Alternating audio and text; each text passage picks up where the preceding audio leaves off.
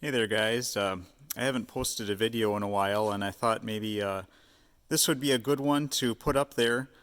Today I am working on this 2016 Duramax LML, so 2500 HD with the LML in it. The 2016 was the first year with the new body style. You guys can see you've seen these on the road before, but it was kind of a unique, you know, there was like half a year where they still had the LML with the new body style. So this is actually the first time I've worked on this exact vintage of truck. And but I have done a lot of work on the previous gen LMLs and in the process of kind of updating them and uh, doing, exhaust system improvements and different things. I've kind of come to learn a lot of things going through the process, and I want to just throw a quick video out there to kind of document some of those things. So I know if you guys are like me, before you get into a project, you want to kind of research it as best you can first. So um, just to start here, guys. So on this truck, what happened was this is actually a buddy's truck. Um, the EGR had been pulled on this truck previously, but they kind of did like a half job, um, and they left the old up pipe on the passenger side and just put the blocker plate on. So that was like flopping around, as you guys know. Eventually that bellows will blow out and leave you stuck on the road. And they used, one of those crappy kind of octopus looking coolant hoses that kind of join all of the unused connections, where the EGR feeds used to be. So I'm kind of in here today like cleaning up that kind of stuff and just wanted to make a video on that. So for you guys who are kind of doing this up pipe down pipe job, I found it easiest to start on the top side. So you might be tempted to try to do everything if you're just doing the up pipe, down pipe, you might be tempted just to do everything, see if you could do everything up through the passenger footwell. But you're going to quickly find that you need to get your hands back there to access bolts for some of the heat shielding junk that's back there and other things that just you're going to be fighting it the whole job. So just do yourself a favor and kind of pull off your intake horn here. So this truck has like an aftermarket HSP intake system on it. So I kind of left this segment in here because it was kind of more difficult to take out, and I felt I could work around it. But if you guys have the stock setup, I would just pull the whole intake system out. And you also want to pull the your CAC, your intercooler cold side outlet pipe off. That goes from this tube here over to your Y bridge, just so you can access everything around the turbo here, and you can get down in the valley. Also, if while you're in here you're pulling your ninth injector out, you're really going to fight all this stuff. You want kind of access down into this area behind the injection pump to be able to pull that ninth injector plumbing out of there. So yeah, do yourself a favor and kind of at least get to maybe this point of disassembly that you guys can see in this video here before you go underneath and start working on the up pipe, down pipe stuff. I'm going to transition here just to underneath to show you guys kind of what I found to work best next. So if while you guys are doing this up pipe, down pipe job, if you're also blocking off that coolant feed to the EGR that kind of sits in between the up pipe, down pipe, do yourselves a favor and drain some coolant out of the truck so you're not fighting coolant running all over the top of the engine and the bell housing. And kind of the easiest way I found, I haven't been able to locate a drain on these, but if you pull this snap ring off your lower radiator hose and kind of twist it and pull it back a little bit, you can kind of control your coolant loss through there. And I would recommend dumping at least or pulling at least maybe 3 gallons out of there. You don't have to drain the whole system out because that little plug that I'm talking about here that is kind of right behind the turbo pedestal that you're trying to pull that tube out of and plug off. There is still a lot of coolant in the block up until that point, but You know, I would say, you know, at least a solid 3 gallons pull out of here. Otherwise, you're going to have a huge mess all over the floor like I just made. And I hate walking around in sticky coolant. I'm sure you guys know what I'm talking about there. So once you get to kind of the point of starting to pull your up pipe, down pipe, let me grab a light here. I'm just gonna stick this up here so maybe you guys can get a better look at things. When you get to this point and you've drained your coolant, you're starting to work up underneath. One thing that'll help you out is having some ratcheting wrenches on hand. So I've got the downpipe out here already, but you can see the downpipe would connect to your turbo outlet flange there. There's a V-band clamp that you take off from up top, and then your downpipe, you know, runs to your exhaust system here. So the this kind of unique split year, this 2015 and a half to 16 with the new body style with the LML, they've switched from the V-band style down here to this flange with like the donut gasket. So when you guys are ordering parts for this kind of intermediate year one, make sure you specifically get the downpipe that is for this this mid-year. I believe the 2011 to 2015 and a half, they used, you know, the standard V-band style, you know, similar to what's up there on the turbo outlet. Yeah, that is something to keep in mind. The up pipe itself, so this is your passenger side exhaust manifold, you know, it goes up and it connects to the back of your turbo pedestal right there. You can see the driver's side up pipe right next to it. There's no difference there at this 2015 and a half vintage. That is the same up pipe that you would buy, and you guys probably know what you purchased there is the LB7 up pipe. That does not have the third leg on it with the bellows. That's going to fail once the EGR is out. So just kind of looking at my list here. So another point to mention, guys, is if you're in the Midwest, make sure you're soaking all this stuff with penetrant, you know, days before you try to attempt this job, because these guys are tight. These up pipe bolts are you don't want to break these off, especially the one up in the turbo pedestal, because pulling the whole turbo is it's a massive job with the body on these trucks. It's you know, for a mechanic kind of working in a shop with the body on, it's at least 8 hours, for me anyway, kind of working at a comfortable pace to get to the point where you can pull the turbo out. So, yeah, do yourself a favor there and soak it. You know, as soon as you get the truck in the shop, start soaking it. You know, if you're picking away at the job over a couple days, you know, at the end of each day, soak it again. Just keep those things wet and give yourself the best chance of those coming out of there without breaking off. I also wanted to mention that on this 2015 and a half to 16 year, GM changed the bolts that are in the up pipe, down pipe to just standard 13 millimeter hex head. If you guys are working on the earlier vintage of LML, get yourself, you know, a really nice 12 millimeter, 12 point, you know, American made socket. Those bolts are really tight, and you'll need the 12 millimeter. Those are kind of the ferry heads they use on the other ones, but it seems they've changed to the standard hex head on this style.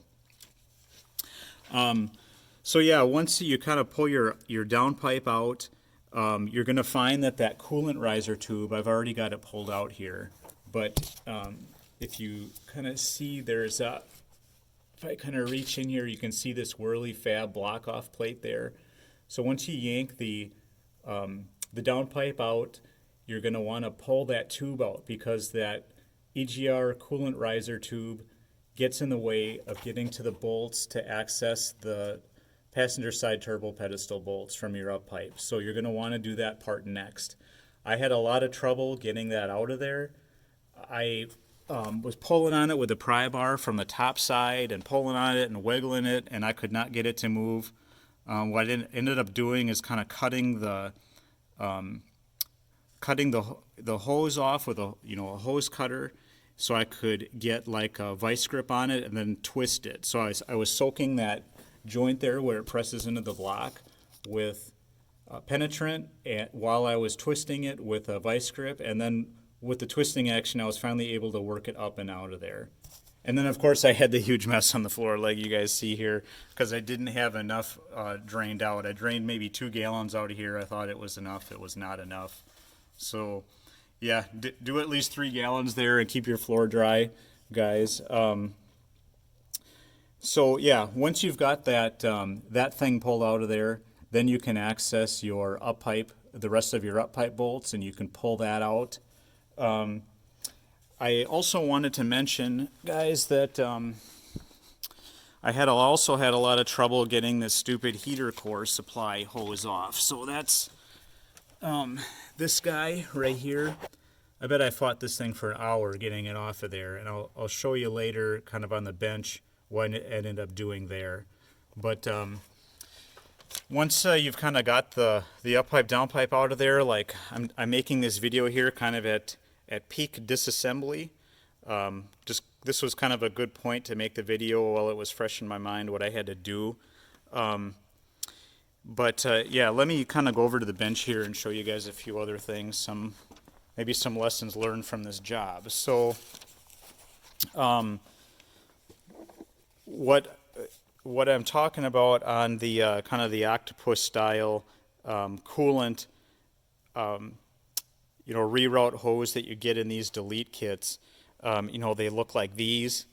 This is actually maybe a better one that I've seen than most, but even on this one you can kind of see it's starting to bulge a little bit, and these are generally like cheap Chinese crap, and they're going to leave you stuck on the road at some point. So I wanted to get this thing out of there and simplify this. That's why you saw kind of that Whirly Fab block-off plate. Different companies make those block-off plates. This is like a fleece one for that coolant riser tube. So pick whatever brand you want. It doesn't really matter. You can't, as long as the O-ring seals good, it doesn't matter who makes it because it's in the back of the engine. You can't see it anyway. Yeah, you want to pull this thing out of there. And I also mentioned I had a lot of trouble. So this is the part of this system here that plugs onto the heater core supply. And I'm sure you guys have run into this before, but you use these line disconnect tools to shove it in the backside to push those release clips in. You can kind of see them there. The disconnect tool pushes those down, and then you can pull this disconnect off. But I had so much trouble getting that thing off of there. I did finally end up using this this handled orange one. Worked best. This is a 3/4 inch. I did see some videos where guys kind of stepped down and were using the 5/8 style one. I tried this one. It didn't work. Actually, neither of these worked until I took a Dremel and from underneath I cut a slit in it so that it would open up a little bit, and then I could finally get the tool in. Access is really bad. You're kind of laying on top of the engine trying to get in there and shove that disconnect in. It's kind of a sweaty, frustrating job. So if you guys get to that point, this worked for me, kind of cutting the slit in it. Just be really careful. I kind of cut at an angle and make sure I was really being sensitive with the Dremel to make sure I didn't, bump the steel, heater core line, because I didn't want to, put a gouge in the pipe that, would cause an O-ring leak later. So just be really careful with your Dremel if you do get to the point where you've got to cut it like I did. But what I have here kind of on the bench here too, guys, so this is what replaces all of that. So this is kind of the best system I've found to get rid of, like these crappy Chinese ones. This one I found at a company called John C. Garage. They make a lot of really nice Duramax focused parts, all diesels, but Duramax especially. And this tube, I'll climb up in the engine compartment here in a little bit, but it has a really, really high quality, aluminum billet machined disconnect instead of this, this crappy Dorman one or whatever, this stock GM one. It has a really more positive kind of metal clip that latches it on that you can kind of dig off with a pick if you want to pull it off later. It's just, in my opinion, it's a much better design. And what that kit does, let me go back to the truck here. What that kit does is the billet end, of course, goes onto your, your heater core supply there. And then, it kind of runs along your injector high pressure rail there and kind of underneath this heat shield, this holes with the heat shielding, and it clips down into your thermostat housing here. I don't know if you guys can see that there, that open port. There's two hoses right next to each other with a wire in between. That is the wire, I think, is your coolant temp sensor, but that is where that hose goes to. So you get rid of that whole mess of T's and stuff and just replace it with that one nicely routed hose. And then in that same John C. Garage kit, there is also one other point over here that was another coolant feed for something, I don't know what, but you also pull that off and they give you this really nice little stub hose with like a stainless insert in the end, which I've kind of found this style to be the most durable. I have not had good luck with the kind that is like kind of like a vinyl rubber cap that you push over. I've had those crack out and fail. I've had better luck with that hose style like I just showed you. All right, so that was kind of the meat of what I wanted to show you guys, but I also wanted to show the up-pipe, downpipe stuff a little bit. So first of all, here's your downpipe. This is what you want to pull out first so that you can access that EGR coolant feed tube, and then your up-pipe, you want to get your downpipe out first. So the reason all of us LML guys are, one of the reasons we're going to these aftermarket ones is this ridiculous, restrictive pancaked stock downpipe. So, there's all these little tabs on here with a heat shield that mounts to this thing. So you want to get those out. Those are a bugger to access. So that's where you want, a nice ratcheting wrench, 10 millimeter head to get in there to get those out. And then you've got to kind of bend and work that heat shield out of there. You can kind of see it kind of sitting in the back of the truck there. So feel free to bend it up as you need to pull it out. Just be patient with it. At one point I put a ratchet strap on it and was yanking on it with that, and that kind of helped get it through also. But once the heat shield is out of there, and you get this hardware out, and to slip the downpipe out of there, I should maybe go back to the fender well here. So some guys have mentioned having to pull their whole exhaust out, and you've got two options to get that downpipe out of there. Let me move my light here. You can, try to pull it out this gap right here, above the frame and by the exhaust manifold, or you can try to, shove it, straight down. And for me, I was able to wiggle it out this hole, and it let me kind of keep most of the exhaust system in place. So I loosened up that support clamp there for the first hanger for the exhaust system, and I loosened up the first kind of band clamp to that next joint in the system, and that kind of, I soaked it up with penetrant, wiggled it, and after working it a while I was able to kind of pull it down to the position you guys see there, and I was able to get the downpipe out of there. So that actually worked pretty good. But back to the downpipe brands. So when you guys buy the downpipe, of course, avoid the Chinese shit, buy a nice, Canadian or American made pipe that's going to fit correctly. On my first LML job that I did this on, I got some shitty Chinese one. It fit like crap. It didn't align correctly at the turbo outlet and was leaking. I should have just gone the right direction and gotten a quality part to begin with, but live and learn, I guess. What this one here that you guys are looking at is a Whirly Fab downpipe. I picked this one because it doesn't have any bungs or ports on it, so a really nice, clean installation. When I did my first LML,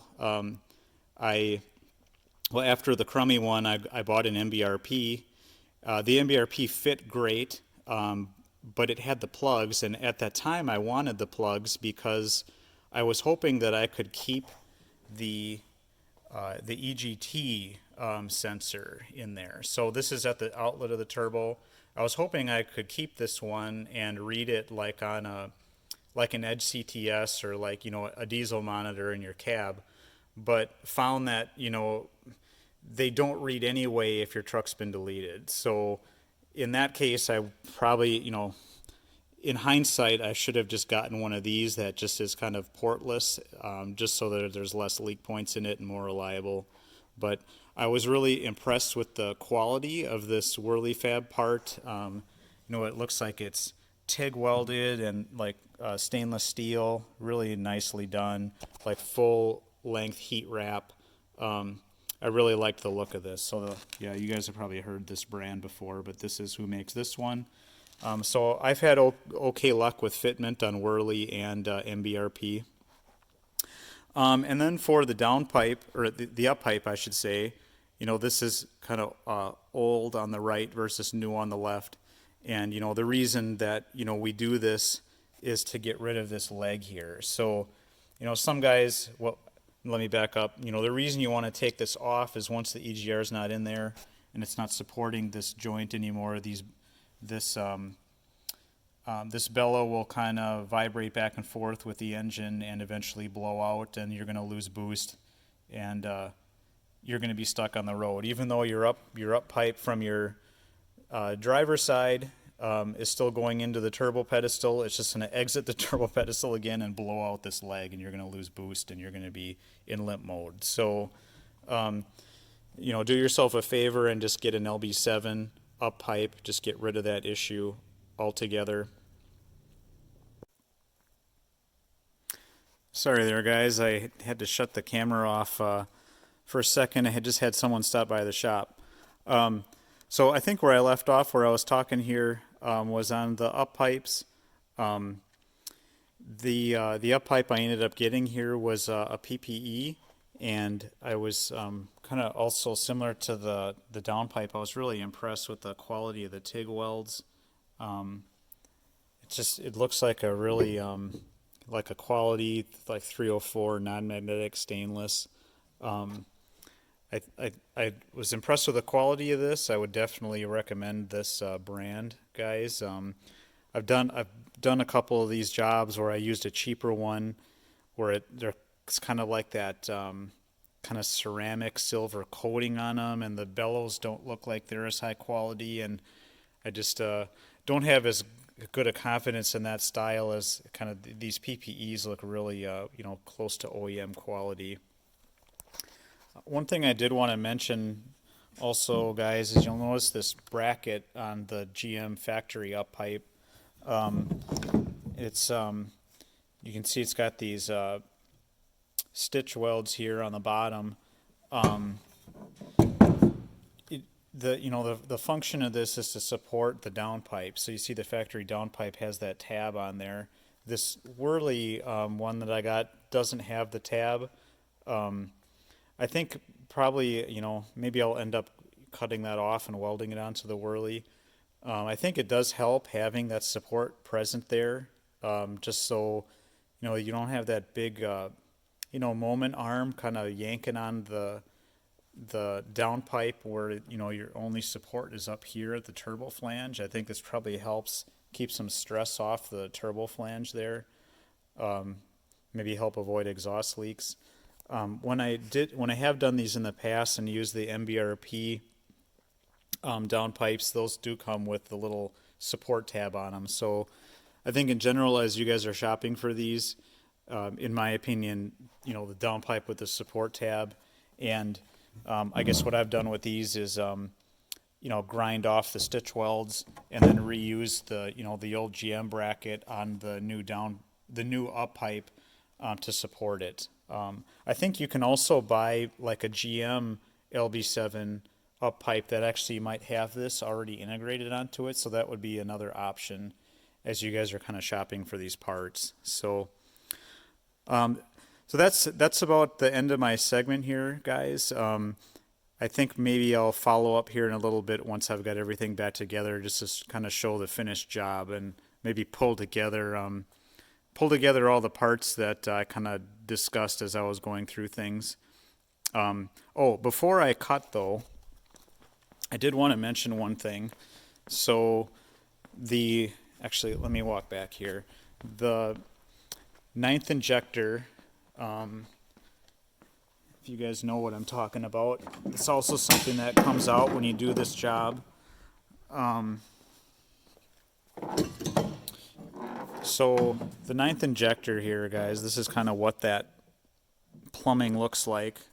Your 9th injector injects fuel direct into the downpipe into like this port here to get your after treatment, hot enough to regen. That can all go away when you do this, and the Truckmaster has kind of a good video of kind of what you do with the banjo bolt end of this, where you pull it off at the back of the your CP4. But then also kind of where is that? There's this bracket here with this little plug, which is like a leak off line or something into your fuel system drain lines. Let me show you where that is on the truck, just so you guys know what I'm talking about here when you're doing this yourselves. So that 9th injector, it plugs into the downpipe, and then the plumbing kind of runs up through this area, kind of near this passenger side fuel rail. And you can see here there's a plug in this leak off line. So that plug is that I think Exergy makes this plug, and you just spray some penetrant on that release tab there and kind of work it back and forth a little bit and pull that tab back, and then it'll release the kind of the lock fingers that hold that the factory leak off line in position. So yeah, you stick the Exergy plug in there, and then you push it back down and latch it in. Make sure everything is latched tight, that the fingers are kind of into the little shoulder that's on that Exergy plug there. So that's how you kind of plug up that leak point. And then I actually saw this first in one of Truckmaster's videos, but this point here with the bolt in it, this is with a feed for the 9th injector. So that's your fuel feed. And what you do is just take the factory banjo bolt fitting out of there. You cut the gasket, that kind of wraps around the banjo in half, and then you just reuse that gasket and then just put a regular bolt in its place. So you can't use the bolt that is normally in there because it's a special banjo bolt that's normally in that location. I think I've got it laying over here, guys. So here we go. This guy. So that's what's normally in that location, and you can't just stick it back in because the shoulder where the banjo is, where that fuel feed is, it interferes with the threads because that threaded hole that you run this into is threaded all the way to the top. There's no clearance for that shoulder. And you can see this little gasket sitting on here. So this is the other half of that that wraparound gasket that goes around the banjo. So yeah, you just cut it in half, and this little gasket you see here, this is what would be on the underside of that bolt that I just showed you. So yeah, sorry, I forgot to mention that 9th injector stuff while I was doing these other things, but I think that's everything I wanted to cover here, guys, now, and I'll wrap up the video here once I get everything back together. Hey guys, just closing out this video here. Wanted to show just a little bit of content here on what it all look like put back together. So we've got the intake horn back together, the cold air side from the intercooler, grid heat and air throttle, kind of aluminum casting put back in to the Y bridge, PCV put back in, and kind of everything all tight, all the loose connectors that were disconnected, tie banded and pointed down so water won't collect in them. I did kind of want to show you guys, I don't know how good I can get a picture of it here, but I did put that John C. Garage heater core supply hose on, and that clicked on really well and looks great. You can't really see it too well because I did reuse the heat shielding sleeve that was on the old one just to protect it from the turbo heat just a little bit. I did put a little piece of split conduit on it and kind of tie banded it to this hose that it runs underneath of on its way to the thermostat housing, just to kind of keep it from rubbing on any of the injection pump lines or anything underneath there. So I did do that. I will post, I'll insert some pictures of kind of what that heater hose looked like before I put the kind of the turbo supply stuff back on, just so you guys can kind of see what that route looks like. I'll insert those pictures into the video here. Also, just wanted to kind of show how things ended up looking underneath here. So this is the PPE up pipe installed, the Whirly Fab downpipe. You kind of see it connecting up to the turbo there with the V-band clamp, and then down here with this flange connection. I'll insert kind of a photo here too of the new kind of that steel gasket or that donut. You can kind of see it between the flange and the downpipe there. Probably a good idea just to put a new one on. I used the GM part. You guys can see that in the picture I'll insert there. So yeah, make sure you don't forget to order that when you're getting parts if you've got the 15.5 to 16 that you're working on. But yeah, that went together well. Oh, I should also mention, I mentioned earlier in the video that I was able to pull the old downpipe out through this kind of gap here between the up pipe and the firewall. I was able to thread this Whirly Fab one, even though it's bigger, like full 3-inch, all the way up to the turbo there. I was able to fish it up in there just by kind of rotating that the elbow up at the turbo end as I kind of fed it up through. It's tight, but it will insert through this hole, so you don't have to pull your exhaust, this first segment of exhaust pipe. You don't have to pull that off. You can kind of weasel it in there and then pull everything together. I mentioned that downpipe support bracket earlier in the video.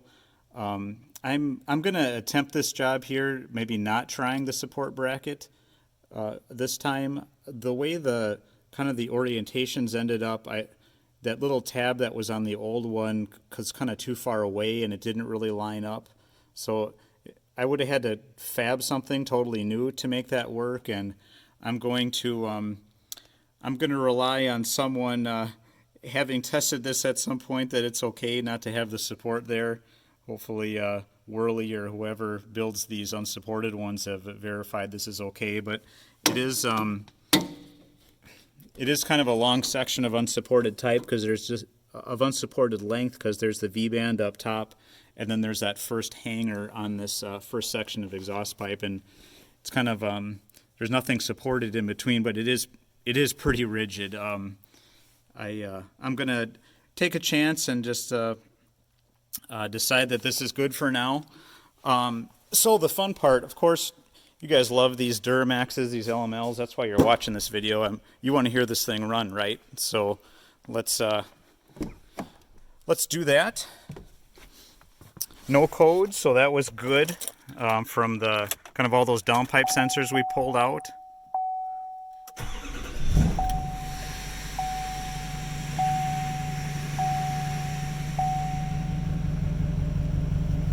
Yeah, no codes. This truck has I think this is a CTS3 diesel monitor on it. Pretty nice unit. I'd like to get one of those for my own, just haven't yet. But yeah, love the sound of those LMLs. So this truck has a 5-inch straight pipe, no muffler.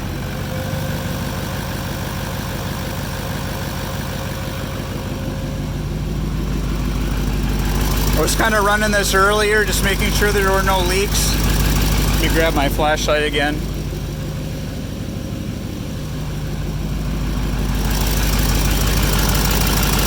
Make sure you're looking up there at that turbo outlet, that you're not seeing an exhaust leak up there. Make sure there's nothing leaking at this donut connection here at the clamp. You can hear the engine kicking up there, going into warm-up mode. But yeah, make sure you check for all your exhaust leaks. Yeah, I think that's about it for this video, guys. I hope, kind of if you're considering this up-pipe, down-pipe job on one of these LMLs, that you watch this video and hopefully take some tips away from it. So yeah, that is the end of this one, guys, and have a good day. Happy wrenching.